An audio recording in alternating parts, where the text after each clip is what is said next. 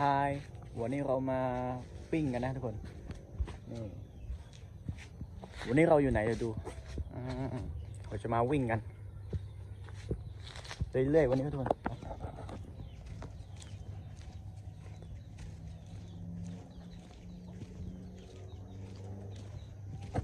โอเคทุกคนเราจะมาดูว่าบรรยากาศเป็นยังไงบ้าง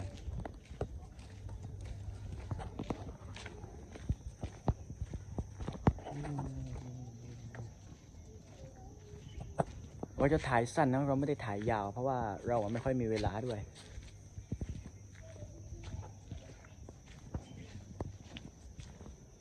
กำหน้าเลยเห็นไหม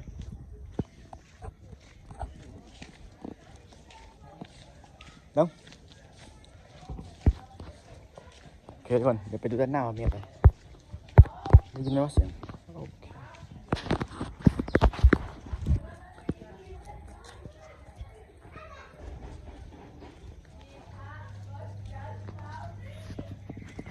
ประมาณนี้ทุกคน